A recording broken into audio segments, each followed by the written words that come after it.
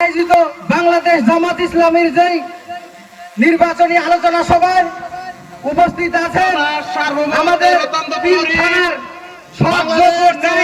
নেতৃত্ব, বাংলাদেশ জামাত ইসলামী মনোনীত সংসদ সদস্য অধ্যাপক মাহবুবুল আলম স্যার, তার প্রতি সবাই দোয়া করবেন।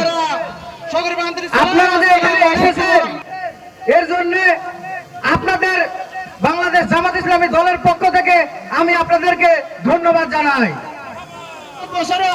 আপনারা আমার পাশে আছেন তো? বিপদে আপদে সুখে দুঃখে যে সময় রাখবো আপনারা আমাকে শুধু সাড়া দিবেন। আমি যদি আপনাদের জন্য ভালো কিছু করতে না পারি আমরা 5ই আগস্টের পর এই দল ছেড়ে দিব, কথা দিলাম। শাসন ব্যবস্থা দেখেছি কারা এই আমি বাংলাদেশের মানুষ অনেকদিন থেকে আমার আশা ছিল 5 তারিখের পর থেকে কেন জানি আমার মনে ভাল লাগছে না, তো আমি বুঝতে পারি না যে কি করব না করব। বাংলাদেশ হিসেবে পরিণত করার জন্য প্রাণঘাতী চালাইছে বাংলাদেশের মানুষের ন্যায্য অধিকারকে বাংলাদেশের বাংলাদেশ জামাত ইসলামীতে যোগ দিলাম। আপনাদের দলের যে ন্যায় নীতি আদর্শ এর জন্য আমি আবেগ আবলিত হয়ে আজকে এই জনসভায় সম্মুখে সবার সম্মুখে যোগ দিলাম। আমি শুধু একটি কথা বলবো, সারা বাংলাদেশে ভাই গাড়ি পাল্লার জোয়ার উঠেছে, এতটাই জোয়ার উঠেছে এটা দেখে যদি আমরা নিজেদের তাদের নাকি মাথা খারাপ হয়ে গেছে।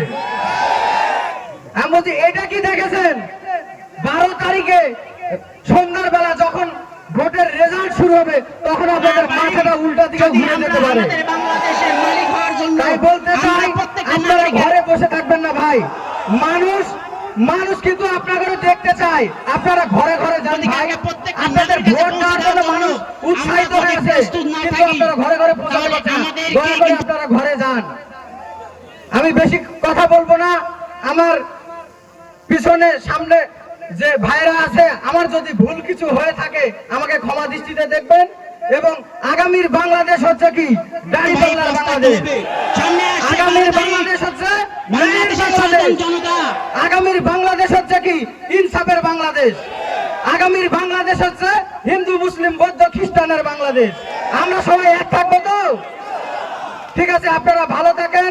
বাংলাদেশ জিন্দাবাদ, বাংলাদেশ জামাত ইসলামী জিন্দাবাদ। আমার বক্তব্য এখানে শেষ করলাম। ধন্যবাদ সকলকে।